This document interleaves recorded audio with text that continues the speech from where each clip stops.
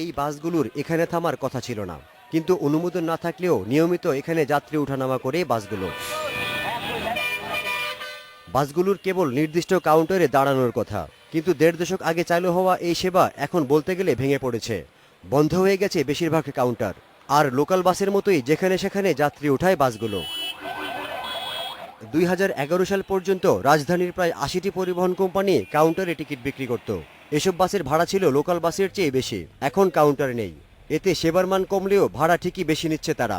এই রুটে রেগুলার যাতায়াত করি, এটা সিটিং সার্ভিস বাস ছিল আগে, বাট এখন সবাই দাঁড়ায় যায়, যেখানে খুশি সেখানেই থামাচ্ছে, যেখানে খুশি সেখানেই লোক উঠতেছে, কিন্তু ভাড়া কিন্তু আগেরটাই রয়ে গেছে। এখন সিটিং হওয়ার পরও অতিরিক্ত দাঁড়িয়ে লোক নেয় এবং যেখানে সেখানে দাঁড়িয়ে যায়, এতে কোনো কথাই যাত্রীদের শুনে না।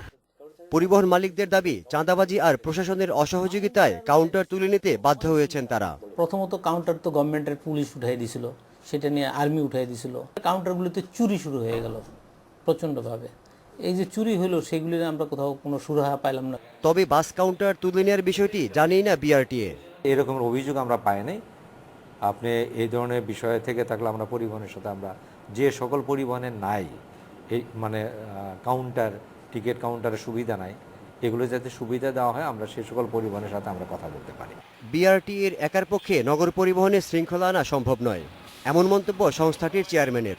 আর নগরবাসীকেও নিজের স্বার্থেই আইন মানার অনুরোধ করেছেন তিনি। Obaidur Rahman, independent news, Dhaka.